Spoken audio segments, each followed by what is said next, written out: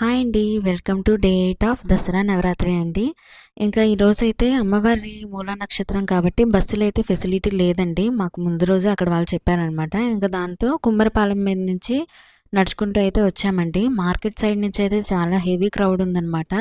ఇంకా మనమైతే అప్డేట్స్ ఫోన్‌లో వచ్చేస్తూ ఉన్నాయి చూసాం కదా! ఇటు సైడ్ నుంచి అయితే మేము ఆఫ్టర్‌నూన్ 2కి అలా వెళ్ళామండి. అసలు మీరు నమ్మరు గానీ 45 మినిట్స్‌లో అయితే మాకు దర్శనం అయితే టోటల్‌గా కంప్లీట్ అయిపోయి బయటకైతే వచ్చేసామండి. క్రౌడ్ చూస్తున్నారు కదా! ఇలాగుందనమాట. ఇంకా అప్పుడే సీఎం చంద్రబాబు నాయుడు గారు గూడా వచ్చారండి. ఇంకా నాకైతే దగ్గరగా వీడియో తీయడం అయితే అవ్వలేదు. ఇంకా లాంగ్ నుంచే పెడతాను చూడండి. ఇంకా కనిపిస్తారేమో అనుకున్నాను. చాలా లాంగ్‌లో ఉన్నారనమాట. అందరూ అయితే ఆయన కోసం వెయిట్ జేస్తున్నారు. భువనేశ్వరి గారైతే చూస్తున్నారు కదండీ! అక్కడ గ్రీన్ శారీలో ఉన్నారు. చంద్రబాబు నాయుడు గారేమో అక్కడ సీఎం గారు అగోండి చూసారా స్పీచ్ అయితే ఇస్తున్నారండి. చాలా జనాలు ఉండడం వల్ల ఏంటంటే ఆయన్ని దగ్గరగా తీయడం అయితే అవ్వలేదనమాట. లక్కీగా అమ్మవారి దర్శనంతో పాటు వీళ్ళని కూడా చూడడం నాకైతే చాలా హ్యాపీ అనిపించిందండి.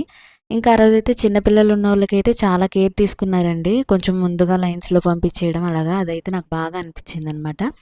ఇంకా ఆ తర్వాత అయితే స్వామివారి దర్శనం కూడా చేసుకున్నామండి. ఇంకా బయటకొచ్చేసాము.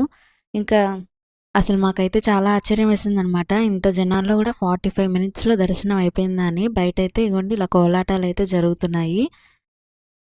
అసలు దసరా అంటే విజయవాడ అసలెంత బావుంటుందంటే అంత బావుంటుందండి. కోలాటాలని, డాన్సులని చూస్తున్నారు కదా!